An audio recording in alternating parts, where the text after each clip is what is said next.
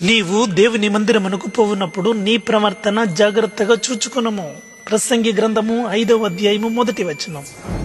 అంటే దీని అర్థం దేవుని మందిరానికి వెళ్ళేటప్పుడు మాత్రమే నీ ప్రవర్తన జాగ్రత్తగా చూచుకో, మిగిలిన సమయంలో నీకు నచ్చినట్లుగా జీవించు అని మాత్రం కాదు. దేవుని మందిరానికి వెళ్ళే నీవు వెళ్ళినప్పుడు మాత్రమే కాదు గాని అన్ని సందర్భాలలోనూ నీ ప్రవర్తనను జాగ్రత్తగా చూచుకోవాలి. ఎందుకంటే దేవుని మందిరానికి వెళ్ళే వారి పట్ల క్రీస్తుని అంగీకరించని వారు సహితం ఒక ప్రత్యేకమైన అభిప్రాయం కలిగి ఉంటారు. క్రైస్తవుడి యొక్క ప్రవర్తన ఈ రీతిగా ఉంటుంది అని. అట్లాంటి ప్రవర్తనే మన నుండి వారు ఆశిస్తారు. అట్లా కాకుండా దానికి వ్యతిరేకంగా మన ప్రవర్తన ఉంటే వారు మనలను ప్రశ్నిస్తారు. తద్వారా మన దేవుని ఘనమైన నామమునకు అవమానం. అంతేకాదు, వారమంతా నచ్చినట్లు జీవించి ఆదివారం మాత్రమే దేవుని మందిరానికి వెళ్తూ ఉంటే ఆయనను ఎట్లా ఆరాధించగలం? డియర్ పేరెంట్స్, దేవుని మందిరానికి వెళ్ళేటప్పుడు మీ ప్రవర్తన జాగ్రత్తగా చూసుకోండి. ఎందు నిమిత్తం అంటే మీ బిడ్డలు సహితం మిమ్ములనే అనుకరిస్తారు. ఆ విషయం మాత్రం మర్చిపోవద్దు. షూస్ లేదా చెప్పులతో మందిరములో ప్రవేశించవద్దు.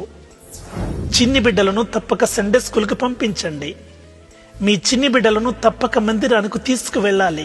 వారు అల్లరి చేస్తుంటే వారిని నియంత్రించే బాధ్యత పూర్తిగా మీరే తీసుకోవాలి. మీరు ఎట్లాగూ పెట్టుకోరు కాబట్టి చిన్ని బిడ్డలకు కూడా మువ్వల పట్టీలు పెట్టి మందిరాలకు తీసుకుని వెళ్ళొద్దు.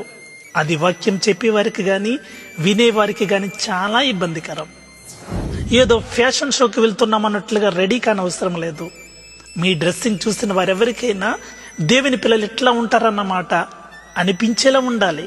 అంతేగాని అమ్మో వీళ్ళ అనేటట్లుగా మాత్రం కాదు.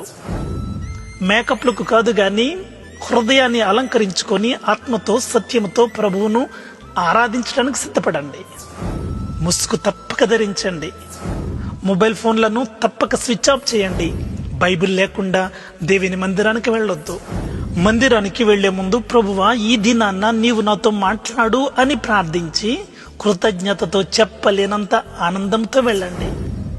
సేవకులు వాక్యాన్ని ప్రకటిస్తున్నప్పుడు ప్రాముఖ్యమైన విషయాలను నోట్ చేసుకోండి. ఆదివారపు ఆరాధనకు ముందుగా మీరే వెళ్ళాలి.